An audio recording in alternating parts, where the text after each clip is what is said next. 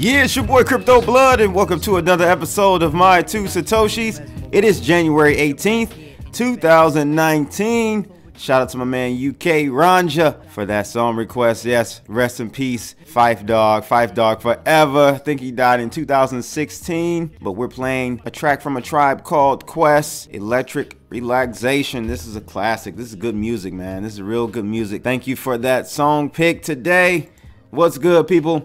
What's going on? Let me get a little chapstick, man. It's cold outside, people. It's cold. It is cold. I had the mask on yesterday, and I should have put it back on today. But today, guys, we are going to be looking at this whole Constantinople upgrade. I think it's back on now. Looks like they have a date for February 27th. But there's a little more to this story, and we'll take a look at it. Essentially, there are going to be two versions of the Constantinople upgrade, and we'll take a look at this. This is just crazy. It's getting more and more confusing here with this situation as the days go by and this Ethereum upgrade, but we'll take a look at the details on that. And also something I want you guys to really put on your radar, not saying that this is going to be anything big or anything like that revolutionary, but you got to keep your ears and eyes open for new technology, new projects. And this is one I want to bring to your attention, called eUnit. It's MIT and Stanford collaborating together on a new project. It's a cryptocurrency, and they're looking to top Bitcoin. They're looking to improve it in all shapes and forms and fashions. And, you know, again, you got to pay attention to this type of stuff. You never know which one is going to be the one that the world uses, what protocol the world will end up using. It's way too early in the game to say that it for sure will be Bitcoin, but Bitcoin as of now is the top dog. So we'll have to see as time goes on, as things progress, as technology gets better. We'll have to see which one comes out on top. I have to always remind you guys that, you know, the first 10 years of the internet, none of those companies are around, and I don't even know in the first 10 years if we had the protocol TCP/IP yet. I'm not even sure.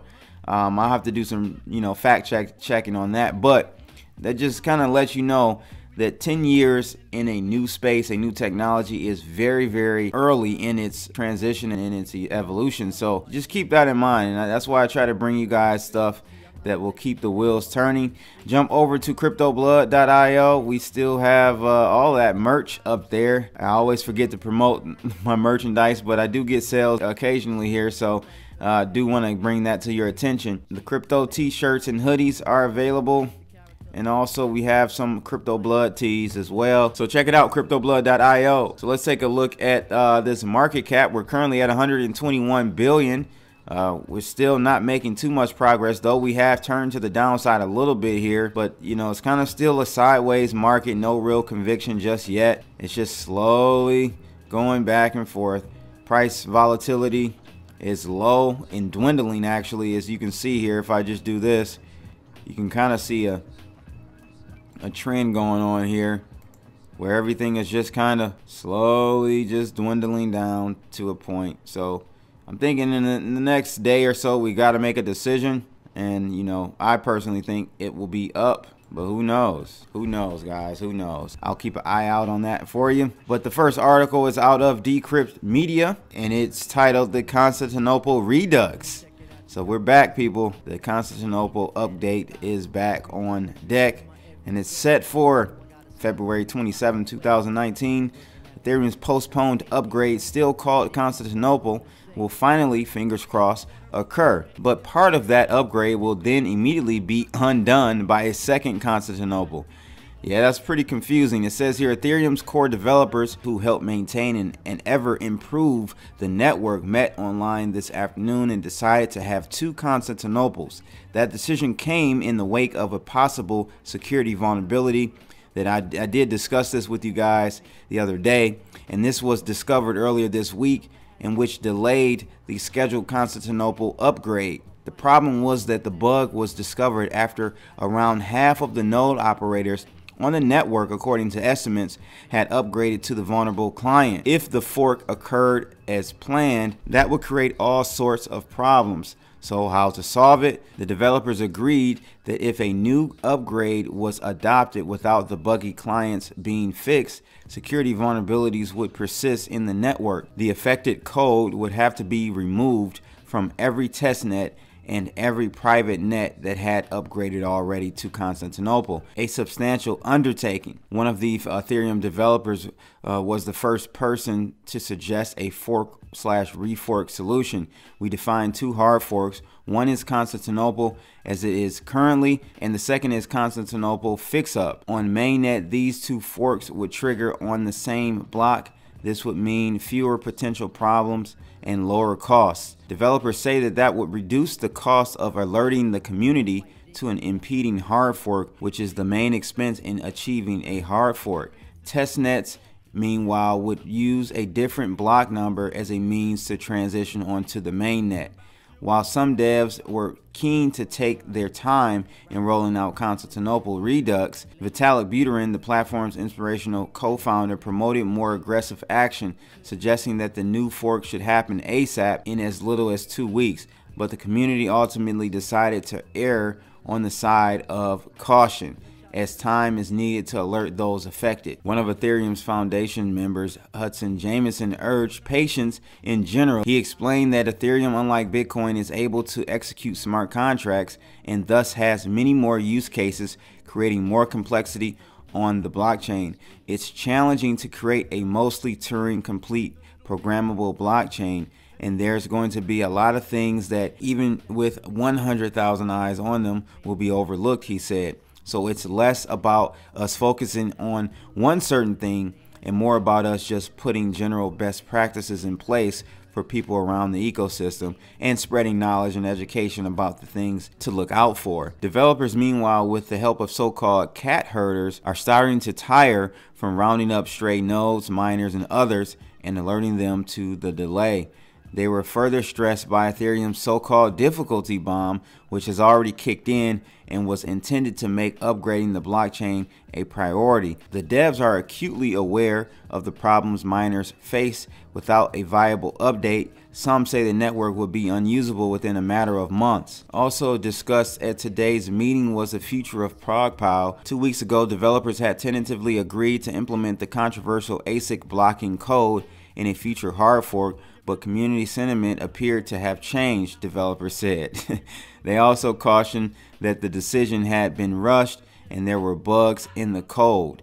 The future of ProgPow is thus uncertain. So they've even gone back on that whole ProgPow update that I talked about with you a few, I think last week as well. So it goes on to say here that despite the ingenious plans to rescue Constantinople, concerns remain about the future upgrades, which are linked to the to-be-removed part of the code relating to the introduction of cheaper gas costs. Its long-term fate is still to be decided. Developers on Gitter and the Ethereum Magicians Forum said that some of the proposals for the upcoming Ethereum 1X will be affected. In particular, a plan to introduce storage rent known as state rent. The measure aims to reduce the pressure on the blockchain by requiring every account to pay for storage. Sounding like EOS, doesn't it, huh?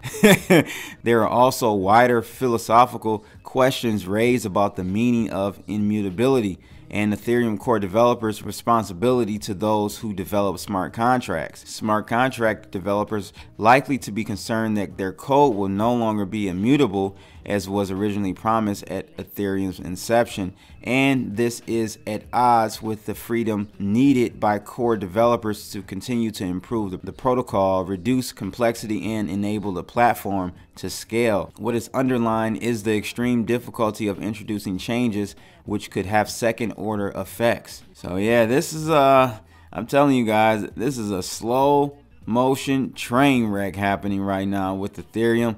And it's not that it's, you know, they've got some smart people working on that project. So it's not to diminish their capacity or knowledge in the space. It's just that this is the frontier. This is all new technology, all new ideas. And so, you know, that's why you can't say that this protocol or that protocol is going to be the end all be all in this blockchain industry. It's new. It's 10 years old. So yeah, you guys let me know your thoughts about that. I did skip a few paragraphs, but I'll definitely leave the link to the article so you can read it in detail, because there are some very shocking revelations in that article about, just the state of Ethereum and their upgrades and what issues they're facing. So check it out when you guys have a chance. The next article is out of Fortune and is about this new cryptocurrency that MIT and Stanford have collaborated on, called eUnit, or Unit E, I should say. And I thought this was very interesting and something I wanted to bring to your attention, people. Some of the brightest minds in America are pooling their brain power to create a cryptocurrency that's designed to do what Bitcoin has proved incapable of, processing thousands of transactions a second. Professor from 7 U.S. colleges, including Massachusetts Institute of Technology, Stanford University, and University of California, Berkeley, have teamed up to create a digital currency that they hope can achieve speeds Bitcoin users can only dream of without compromising on its core tenet of decentralization. The Unit E, as the virtual currency is called, is the first initiative of Distributed Technology Research, a nonprofit foundation formed by the academics with backing from hedge fund Pantera Capital Management, LP, to develop decentralized technologies. Bitcoin is the original cryptocurrency and the first payment network to allow parties to transact directly without needing to trust each other or to rely on a central authority. Yet while it has built a following among developers, anarchists, and speculators, mainstream adoption remains elusive. That's in no small part the product of its design, where inbuilt restrictions have constrained its performance and scalability, and as a result reduced its usefulness as an everyday unit of payment. The academics are designing a virtual coin they expect will be able to process transactions faster than even Visa. The mainstream public is aware that these networks don't scale, says Joey Krug, co-chief investment officer at Pantera Capital in San Francisco, who is also a member of the DTR Council, said in an interview, "We are on the cusp of something where if this doesn't scale relatively soon, it may be relegated to ideas that were nice but didn't work in practice, more like 3D printing than the internet." DTR plans to launch Unit E in the second half of the year and aims to process as many as 10,000 transactions per second. That's worlds away from the current average of between 3.3 and 7 transactions per second for Bitcoin and 10 to 30 transactions for Ethereum. It's also multiples quicker than Visa, a centralized network which processes around 1,700 transactions per second on average. Bitcoin's scalability challenge is a function of its design, the frequency within which new blocks as records of transactions are known can be created and their maximum size are capped. To achieve greater speed and scalability, DTR deconstructed the blockchain technology that supports most cryptocurrencies and sought to improve almost every element of it. The group first sought to understand the blockchain's performance limits so as to design technologies that operate as close to these limits as possible. Success from Unit E is far from guaranteed. While in the long term, the best technology should win out, in the short term, there is a risk that the new currency fails to gain traction. The Swiss-based foundation brings together professionals from the fields of economics to computer science and cryptography, and its members also include academics from Carnegie Mellon University and the universities of Southern California and Washington. And lastly, here it says that Bitcoin has shown us that distributed trust is possible, but it's just not scaling at a dimension that could make it a truly global everyday money. It was a breakthrough that has the capacity to change human lives, but that won't happen unless the technology can be scaled up. And I totally agree with that. I totally agree with that. And it's good to see, and read articles that are kind of outside of our normal Cointelegraph or CCN News and all of the crypto related news channels and outlets, because many times we will suffer from groupthink. It's almost an echo chamber of the ideas and thoughts and hopes for this space that we see without really seeing a critical point of view of the space. And I like what they're doing here. Will it succeed? Who knows? You know, the difficult thing with technology is trying to get adoption there and hit critical mass, and that's the difficulty. How do you do that? You know, who knows? But it looks like it's going to be decentralized. Not sure if it's open source. I hope it is. And hey, I think that, you know, it has a chance.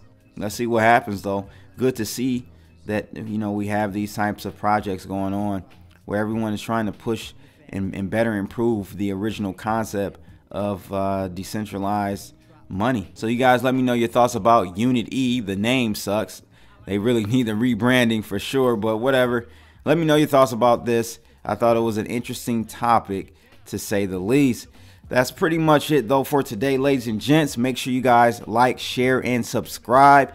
And if you do subscribe, click that bell to make sure you are alerted for every video that I upload. And again, shout out to my man UK Ranja for that song request. A Tribe Called Quest, Electric Relaxation. This is a classic, people. It's your boy Crypto Blood, and that's my 2 Satoshis for January 18th, 2019. I'm out of here. Ha!